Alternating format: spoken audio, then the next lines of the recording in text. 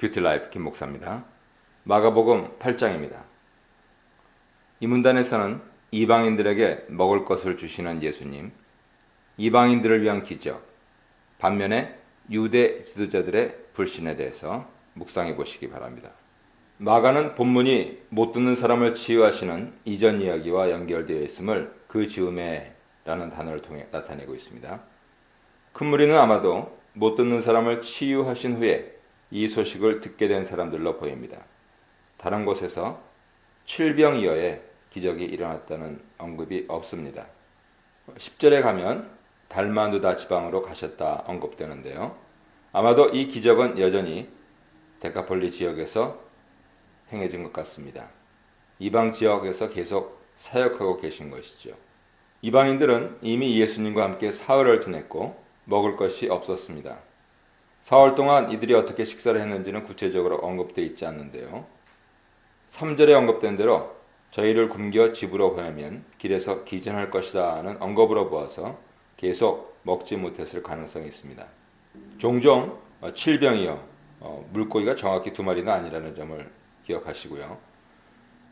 이 이야기가 6장에 나오는 오병이어의 이야기와 동일한 사건일 것이라는 주장이 있어 왔습니다. 하지만 두 이야기는 여러 면에서 다릅니다. 먼저 오병이어 사건은 제자들이 문제를 제기했지만 칠병이어 본문에서는 예수님께서 문제를 제기하십니다. 이 본문을 통해서 우리는 예수님이 우리의 영적인 문제에만 관심을 보이시는 것이 아니고 우리의 육적인 부분에도 관심을 보이심을 알 수 있습니다.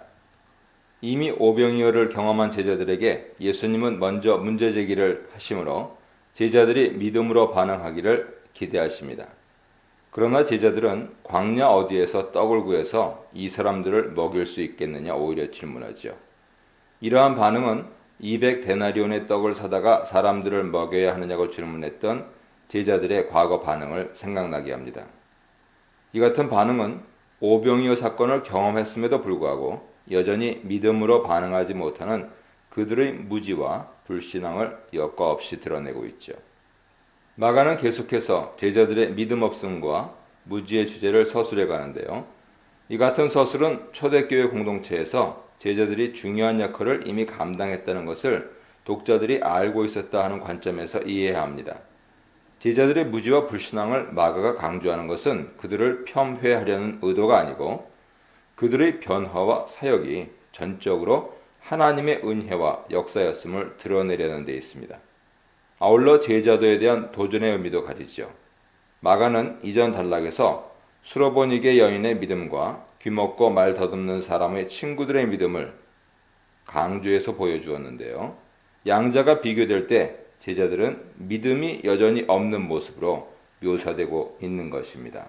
그러니 제자도에 얼마나 가능성이 역설적으로 드러나 보입니까? 제자들의 반응에 예수님은 떡이 몇 개나 있는지 물으시고요. 제자들은 7개가 있다고 대답합니다.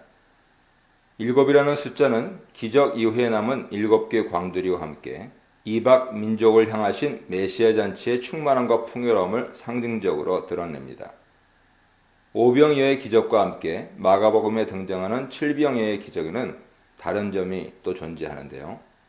오병이어 기적에는 예수님께서 빵과 물고기를 함께 드시고 축복하신 것으로 기술되어 있습니다. 그런데 칠병이어에는 예수님께서 먼저 떡을 가지고 축복하시고 후에 생선을 드시고 따로 축복하십니다. 우리 번역으로는 같은 단어가 쓰였지만 헬라어로는 다른 단어가 쓰여 있습니다. 후자는 주로 신약성경에서 고린도전서 11장 24절, 누가복음 22장 19절을 참조하세요. 성만찬을 나타낼 때 사용하는 단어입니다. 아마도 마가는 이 단어의 사용을 통해서 떡과 물고기를 따로 축복하시는 그 이야기가 이방인들도 하나님의 언약 공동체 일원으로 함께 성만찬에 참여하는 바로 그 점, 바로 그 그림을 전해주려고 한 것 같습니다. 게다가 오병이어 기적과는 달리 여기서는 물고기 수를 정확하게 밝히지 않고 단지 몇 마리라고만 언급하고 있죠. 이 역시 물고기의 부차적인 성격을 엿보게 해주죠. 예수님께서 이처럼 이방인들을 먹이신 기적은 과거 이스라엘의 출애굽 사건, 성만찬, 그리고 종말론적 연애와 연관성을 가지고 있는 것 같습니다. 유대인들은 매년 6월절을 보내면서 과거 하나님께서 이스라엘을 광야에서 먹이신 사건을 회고했습니다. 또한 그들은 앞으로 메시아에 의해서 베풀어질 종말론적 연애를 기대했습니다. 이사야 25장 6절 이하를 참조하세요. 이러한 관점에서 광야에서 큰 무리를 먹이신 예수님의 이적은 구약이 예견한 메시아의 종말론 잔치로 이해될 수 있는 것이죠. 그리고 이 잔치에 이방인들도 참여하게 되는 것입니다. 4,000명 정도 무리를 먹이신 예수님은 그들을 흩어보내십니다. 그러고는 제자들과 함께 배를 타고 달마누다 지방으로 이동하시죠. 4,000명에 대한 어떤 상징적인 의미가 있는지는 분명하지 않고요. 달마누다 지방이 어딘지도 분명치 않습니다. 다만 이야기의 전개상 예수님과 제자들 일행은 갈릴리 서편, 즉 유대인들의 경내로 이동하신 것 같습니다. 이렇게 해서 7장 24절부터 시작된 예수님의 이방인 사역이 마무리되고 있습니다. 유대 지역으로 돌아오신 예수님은 바리새인들을 만나시죠. 그들은 예수님을 시험하려고 표적을 요구했습니다. 첫 번째 이적 이후에도 예수님은 바리새인들과 논쟁하셨는데 두 번째 이적 이후에도 바리새인들과 논쟁하십니다. 이 논쟁에 등장하는 바리새인들은 메시아 연회에 참석해서 그 풍성함을 누리는 자들과 아주 대조되고 있죠. 이들이 요구한 표적이 구체적으로 무엇인지는 기술되어 있지 않습니다. 다만 예수님께서 하나님께로부터 왔다 하는 것을 보여달라는 내용인 것 같습니다. 예수님께서 하나님의 종말론적인 메시아로서 자신이 하나님으로부터 왔음을 증명할 수 있는 표적을 요구한 것이죠. 마가는 그들의 동기가 예수님을 시험하려는 것이었음을 분명히 합니다. 바리새인들의 요구에 대해 예수님은 깊이 탄식하시죠. 7장 34절에서 신체적으로 귀먹고 말 더듬는 자를 보시고 탄식하신 스테나조, 예수님께서 이제 영적 불구 상태에 있는 바리새인들을 보시고 더 깊이 탄식하십니다. 아나스테나조. 안식과 함께 이 세대에서는 표적이 주어지지 않을 것이라 단호히 말씀하시죠. 여기서 예수님은 바리새인들을 이 세대로 더 확장해서 일반적으로 지목하십니다. 이것은 바리새인들만의 문제가 아니라 예수님 기적을 보고도 반응하지 않는 갈릴리 유대인들 모두의 문제라고 선언하시는 것입니다.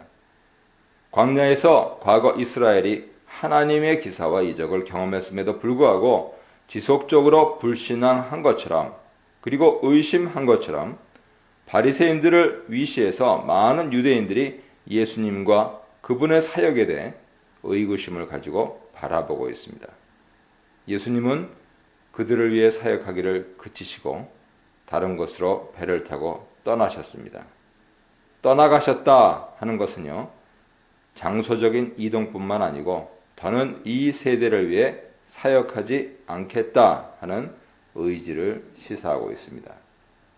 이 문단에서는 맹인 같은 제자들, 조심해야 할 바리새인들과 헤롯의 누룩, 벳세다 맹인을 첫 번째, 두 번째에 걸쳐 고쳐주신 예수님에 대해 묵상해 보시기 바랍니다. 4,000명을 먹이신 기적에도 불구하고 표적을 구하는 바리새인들의 문제를 드러내 보여주는데 본단락에서는 먹이시는 기적을 2차례나 보여주셨음에도 불구하고 빵 문제로 고민하는 제자들 문제를 보여주고 있습니다. 제자들이 떡 가져오는 것을 잊어버렸습니다. 이것은 예수님의 제자들에게 전하시려는 교훈을 위한 상황을 설정하죠. 예수님 말씀하십니다. 바리새인들의 누룩과 헤롯의 누룩을 조심하라. 바리새인들의 누룩이라는 표현은 지속적으로 예수님의 가르침을 이해하지 못하고 오히려 대적하는 사람들의 태도를 언급. 특히 바로 앞단락에 등장하는 바리새인들은 예수님을 시험하려는 의도를 가지고 표적을 구했습니다. 하지만 예수님은 거절하셨죠.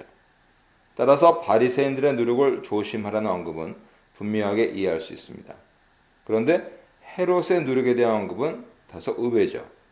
지금까지 헤롯이 예수님을 직접적으로 해하려는 의도가 있었다는 것이 마가복음에는 아직 등장하지 않습니다.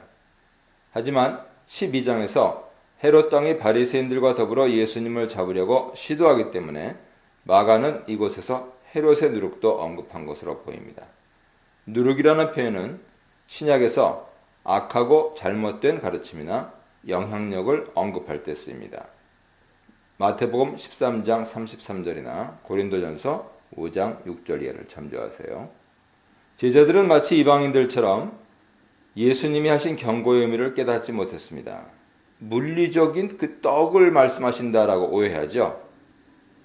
예수님이 말씀하신 것은 바리새인들과 헤롯의 악한 영향력을 가리키는 것인데 제자들은 영적인 가르침을 이해하지 못하고 자신들의 물질적인 문제인 떡에 대한 관심으로 제안합니다.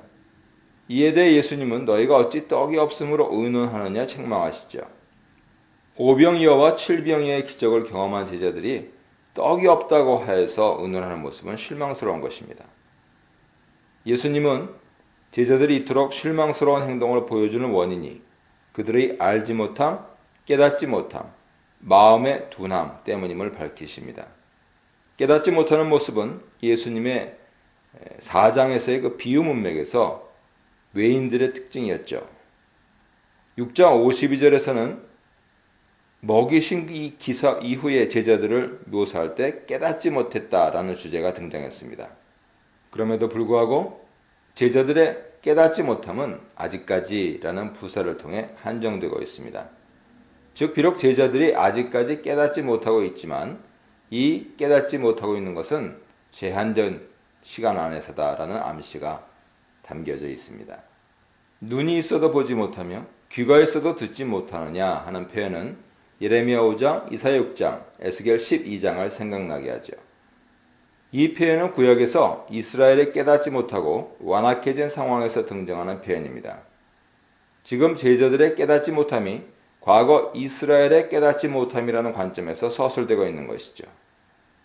한 가지 흥미로운 사실은 제자들의 깨닫지 못함을 언급하시면서 예수님은 이러한 상태를 맹인 주제를 통해 설명하시는데 다음 단락에 등장하는 이야기가 바로 맹인을 치유하시는 이야기입니다. 이렇게 깨닫지 못하는 제자들에게 예수님은 두 차례 먹여주시는 기사를 기억하게 하심으로써 그들의 깨닫지 못함을 직면하게 하십니다. 그들의 문제는 각각의 사건들이 가지는 의미를 알지 못했기 때문에 발생한 것이죠. 이 단락에서 눈에 띄는 것은 제자들의 무지함에도 불구하고 예수님은 그들을 포기하지 않으시고 계속해서 인내하며 가르치신다는 사실입니다. 갈릴리 사역을 마감하면서 마가는 마지막 이야기로 벳세다 맹인 치유 사건을 언급합니다. 마가복음의 구조 안에서 이 사건은 전반기 갈릴리 사역의 종결 그리고 동시에 이제 예루살렘을 향해 나아가시는 예수님의 후반기 사역의 시작을 나타냅니다. 벳세다 맹인 치유 사건의 특이한 점은 이 맹인이 한 번에 치유되지 않고 두 번에 걸쳐 치유된다는 데 있습니다. 맹인이 눈을 뜬다 하는 주제는 제자들이 보지 못하고 있다는 주제와 절묘하게 조화를 이루고 있죠. 예수님 일행이 벳세다에 도착하자 사람들이 한 맹인을 데리고 나왔습니다. 예수님은 그를 마을 밖으로 데리고 나가 치유하시면서 그에게 무엇이 보이는지 질문하십니다. 이 질문을 통해서 예수님은 치유가 단번에 이루어지지 않음을 시사하십니다. 예수님 질문에 맹인은 사람이 보이는데 나무 같은 것이 걸어가는 것이 보인다고 대답합니다. 이 대답은 그의 시력이 아직 완전치 못함을 보여주죠. 이러한 묘사는 맹인 치유 사건을 통해서 제자들의 영적인 상태를 묘사하려는 마가의 의도와 연관되어 있는 것입니다. 이 사건 뒤에 가이사랴 빌립보에서의 베드로 고백이 등장하는데요. 이것은 마가가 의도적으로 복음 자료를 배열한 것이라 볼 수 있습니다. 맹인 치유 사건과 베드로 고백 사이에는 유사성이 발견되죠. 맹인은 예수님의 1차 치유를 통해서 시력을 어느 정도 회복하지만 완전한 것이 아닙니다. 베드로는 예수님을 그리스도라고 고백하지만 그의 고백은 뒤따르는 문맥을 볼 때 완전한 것이 아닙니다. 베드로가 고백은 하고 있지만 그 고백이 담고 있는 그리스도의 모습이 어떤 것인지 완전히 알지 못하고 있죠. 그래서 심지어 예수님을 꾸짖기까지 합니다. 이제 맹인은 예수님의 두 번째 치유를 경험합니다. 이 사건 이후에 맹인은 시력을 완벽하게 회복하지요. 이것은 제자들의 깨달음과 보게됨에 대한 암시를 시사합니다. 베세다 맹인이 두 단계 치유를 통해서 시력을 회복한 것처럼 제자들의 깨달음과 영적 개안도 더디기는 하지만 꼭 일어나게 될 것임을 암시합니다. 이렇게 복음 자료를 배열하는 것은 마가가 의도한 제자들을 잘 반영하고 있습니다. 즉 베세다 맹인의 신체적인 어두움은 제자들의 영적인 어두움과 조화를 이루고 있는 것이죠.